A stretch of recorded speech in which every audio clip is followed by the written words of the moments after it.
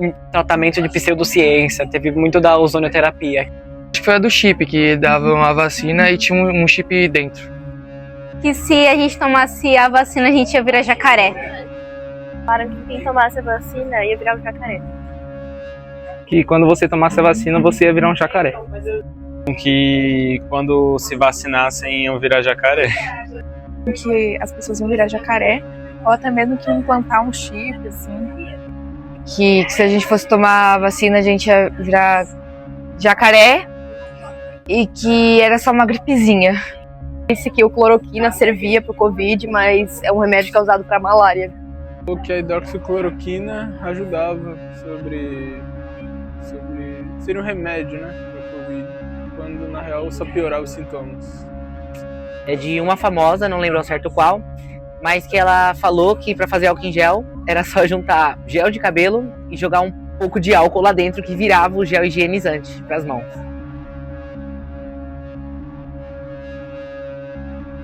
O termo fake news é bastante usado quando se navegamos online. Mas será que a gente realmente sabe as características da fake news? Atualmente vivemos em uma sociedade onde a informação chega de forma rápida e fácil. Mas será que todas as informações que chegam até nós são realmente verídicas? Hoje vamos abordar as fake news que aconteceram durante a pandemia. Como surgiram, de onde veio, como impactaram a sociedade e como começou tudo isso. A divulgação de notícias tendenciosas, se passando por verdadeiras com o intuito de gerar caos, manipular opiniões e reforçar pontos de vista, são características das fake news. Elas têm esse intuito justamente de atingir o emocional dos leitores ou voltarem as pessoas uma contra as outras. Bom, embora esse termo tenha ganhado mais notoriedade em 2010, principalmente nos Estados Unidos durante as eleições de 2016, a prática de espalhar boatos mentirosos ela remonta a séculos, mesmo antes da criação da internet. Por exemplo, durante o século XIX, essa prática já era bastante conhecida, mas com a criação da internet, esse fenômeno ele escalonou globalmente e ganhou cada vez mais notoriedade. A fake news existe há muito tempo, antes da internet, das redes sociais. Ela acontecia por meio físico, como jornal, revista, cartas, rádios. E tinha a fofoca também, que as pessoas espalhavam, distorciam as coisas. A pandemia da Covid-19 foi um grande marco para o surgimento de milhares de fake news, onde perceberam que elas poderiam ser fatais, não apenas para a política ou para a degradação de imagem de alguém, mas sim para a saúde da população. Era muito comum nessa época receber diversas mensagens no grupo de WhatsApp, indicando remédios milagrosos, teoria das conspirações, receitas caseiras e diversas outras coisas que tiravam o risco realmente que estava acontecendo na situação. O brasileiro ele tem uma educação digital muito abaixo da esperada. Isso é mundial o problema, mas no Brasil um pouco maior. Porque a gente recebe informações e muitas vezes a gente já compartilha sem antes verificar a veracidade disso. E eu vejo também que naquela época a gente teve um desserviço muito grande por parte de algumas pessoas que eram muito influentes, né? Inclusive da parte do governo, que faziam propagandas enganosas, né? Eles mesmos propagavam as fake news e muitas pessoas que seguiam esses influenciadores, de certa forma, acabavam acreditando nessas informações falsas. Então recebia e transmitia. Então acho que isso foi um problema que poderia ter sido menor se nós tivéssemos uma educação digital um pouco mais avançada, sabendo que recebi uma informação, mas essa informação ela vem de que fonte?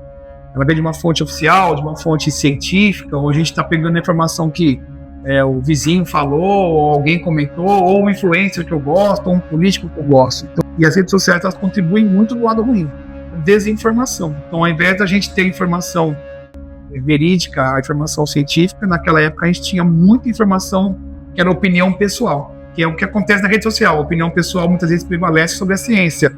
E isso é o que leva a humanidade a cometer algumas barbaridades aí, nas falas, inclusive, né? Esse fenômeno deixou evidente o poder que a desinformação tem de manipular as pessoas, aumentar a desconfiança em relação à ciência e deixar diversas vidas em risco. Por essa questão da reclusão, né, de ficar aí as pessoas, cada uma isoladas dentro das suas casas, sem ter o convívio necessário, a gente compreende que o que vinha de informação via internet era tratado como uma verdade absoluta. E isso é um grande problema quando a gente trata uma imagem, um vídeo ou um texto colocado sem uma fonte confiável e tornar aquilo como uma verdade.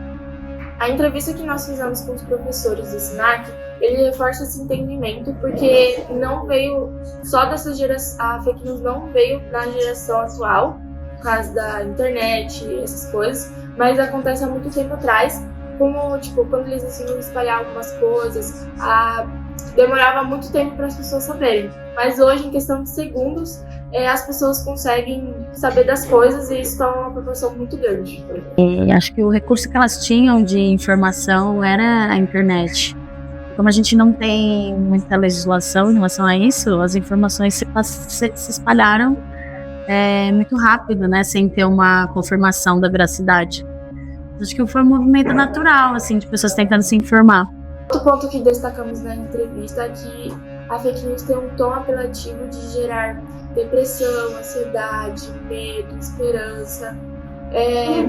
E um ponto que a gente viu também foi na pandemia, que teve o caso os boatos da vacina, que ia mudar o DNA dos seres humanos, teve um chip, que a gente ia virar jacaré, e isso deixaram as pessoas assustadas, com medo, e elas não quiseram tomar a vacina e elas ficaram desprotegidas, e aí aconteceu várias mortes por causa disso. As pessoas, elas ficaram muito hesitantes de tomar vacina, de se cuidar, e isso fez espalhar muito a doença, né? Tanto é que o Brasil, em algum momento, foi o país principal mais perigoso para se viver durante a pandemia. A gente foi um dos países que mais teve mortes, e eu acho que essa foi com certeza foi a maior consequência que a gente teve, pessoas morrendo por causa de fake news. Todo mundo tinha medo do que era desconhecido, daquilo que a gente não sabia, a gente só entendia que existia um potencial, né, devastador, enfim, muitas mortes, números o tempo todo aparecendo. Então, a partir do momento que você está fragilizado, né, do ponto de vista emocional, a tendência de que você acredite na primeira informação que vem, sem que haja, né, uma apuração minuciosa daquela informação, é muito grande, né?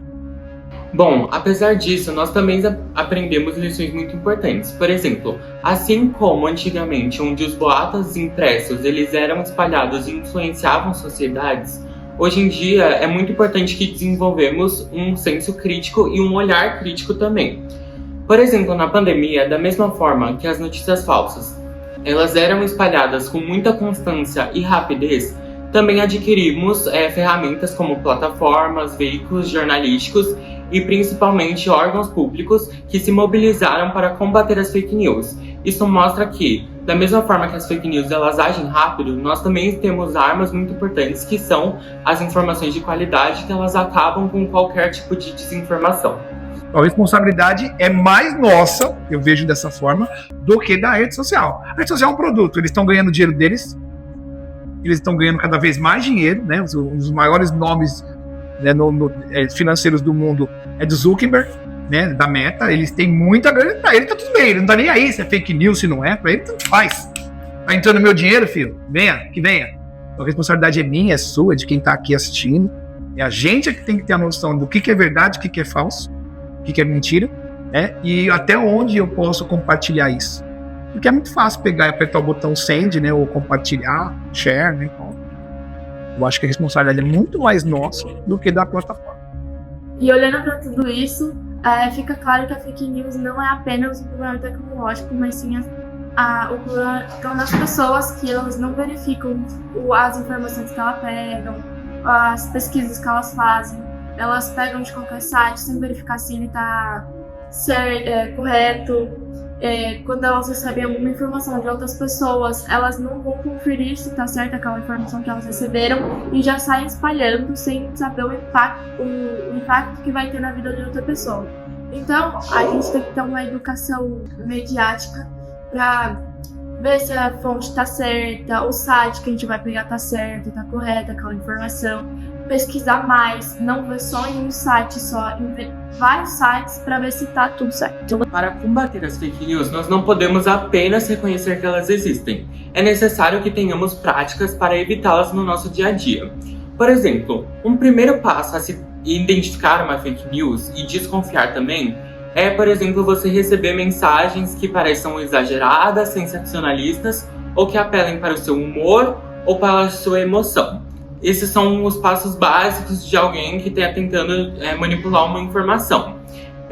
A partir disso, você consegue adquirir essa linguagem e identificar possíveis novas fake news. Outro ponto fundamental seríamos verificarmos as fontes. Notícias confiáveis em sites confiáveis, como o G1, Jornal da USP, Mundo da Educação, que são sites que passam credibilidade ao leitor. Já as fake news vêm com imagens distorcidas, fontes não verídicas e vêm de, muitas vezes, portal de fofoca, como Instagram, Facebook, é um exemplo deles. Aprender a observar detalhes como esse fazem toda a diferença na hora de descobrirmos se é uma fake news ou não. Também é importante nós recorrermos a plataformas de checagem de fatos que hoje em dia estão disponíveis de forma acessível e gratuita, além de canais de informações como universidades, veículos de imprensa reconhecidos e principalmente órgãos públicos. Esses caminhos eles são importantes para, além de evitar as fake news, nós também tenhamos um conhecimento muito bom sobre como verificar, sobre o que é verdade e o que nós podemos acreditar. E acima de tudo, a gente tem que ser responsáveis sobre as coisas que nós compartilhamos, ver se o site que a gente está pegando é seguro,